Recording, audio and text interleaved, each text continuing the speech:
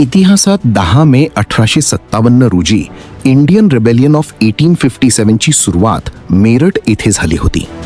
याला भारताच्या पहिल्या स्वातंत्र्य युद्धाची सुरुवात मानली जाते. 1857 साल, उत्तर भारतात उन्हाळ्याची कडक झळ पडलेली. मेरठच्या छावणीत भारतीय सैनिकांच्या मनात असंतोष धगधगत होता.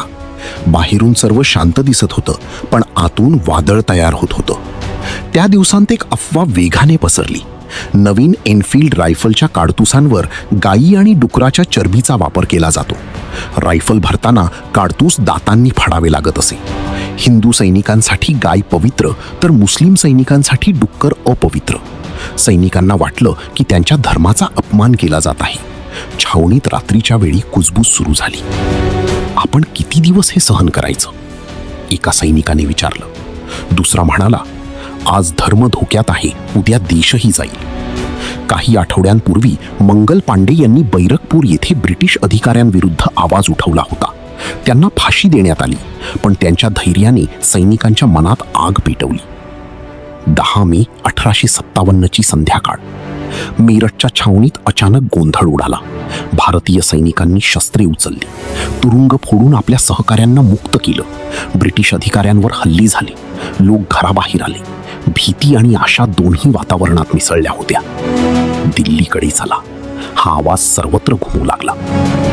रात्रभर घोडदळ आणि पायदळ दिल्लीच्या दिशेने निघाले. धुळीचे ढग उडत होते. अनेक गावांतील लोक त्यांच्यात सामील होत गेले. दिल्लीमध्ये पोहोचल्यावर सैनिकांनी वृद्ध मुघल सम्राट बहादूर शाह जफर यांना भारताचा नेता म्हणून घोषित केलं. लाल किल्ल्यात पुन्हा एकदा स्वातंत्र्याची आशा जागी झाली. ही फक्त सैनिकांची लढाई नव्हती. शेतकरी, कारागीर, स्त्रिया, राजे अनेक लोक या संघर्षात उतरले.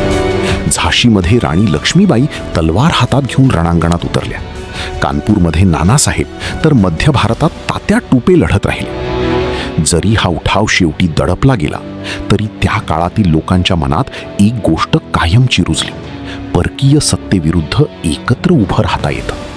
आणि म्हणूनच इंडियन रेबेलियन ऑफ 1857 आजही भारताच्या स्वातंत्र्य लढ्याची पहिली मोठी ज्वाला मानली जाते. ही गोष्ट किंवा माहिती आवडली असेल तर आपल्या चॅनलला लाईक करा. इतरांनाही इतिहासाची माहिती मिळावी यासाठी शेअर करा. आणि अशाच रंजक कथा, इतिहासातील घटना व नवीन माहिती जाणून घेण्यासाठी फॉलो आणि सबस्क्राईब करा.